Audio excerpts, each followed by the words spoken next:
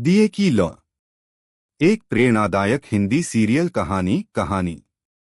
एक छोटे से कस्बे सूरजपुर में एक साधारण सा घर था। उसी घर में रहती थी काव्या, उसकी मां मालती देवी और पिता शिवनारायण, एक ईमानदार स्कूल शिक्षक। शिवनारायण बच्चों को सिर्फ किताबें नहीं पढ़ाते थे, वे उन्हें सच, ईमानदारी और हिम्मत का पाठ पढ़ाते थे। लेकिन यही ईमानदारी एक दिन उनके लिए अभिशाप बन गई। पहला मोड़, सच्चाई की सजा। कस्बे का ताकतवर नेता राघव सिंह स्कूल की जमीन पर कब्जा करना चाहता था। शिवनारायण ने इसका विरोध किया। कुछ ही दिनों में उन पर झूठे आरोप लगा दिए गए। समाज ने सवाल उठाए, सम्मान मिट्टी में मिला दिया गया। उस अपमान का बोझ शिवनारायण सह नहीं पाए और एक दिन दुनिया छोड़ गए। घर में चूल्हा बुझ गया। लेकिन उसी रात काव्या ने मंदिर में एक छोटा सा दिया जलाया। यही था दिए की लौ का जन्म, संघर्ष की शुरुआत।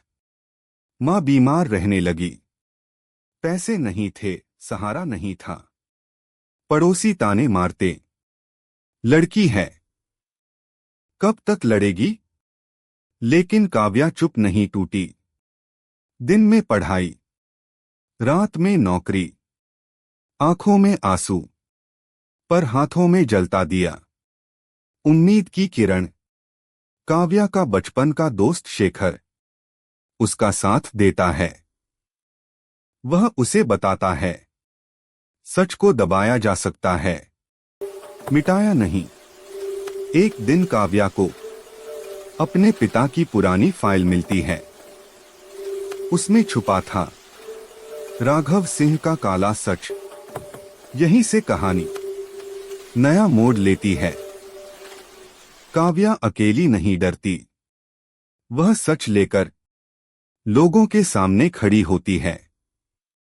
राघव सिंह धमकाता है, रोकने की कोशिश करता है, लेकिन काव्या कहती है, आपने मेरे पिता को हराया, मुझे नहीं। सबूत सामने आते हैं, झूठ टूटता है। राघव सिंह गिरफ्तार होता है। मालती देवी की तबीयत सुधरती है। समाज सिर झुकाता है। काव्या उसी स्कूल में शिक्षक बनती है जहां उसके पिता पढ़ाते थे। कक्षा में बच्चों के सामने वह एक दिया जलाती है।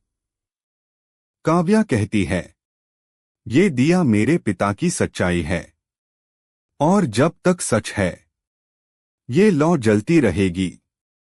कैमरा धीरे धीरे जलते दिए पर ठहर जाता है।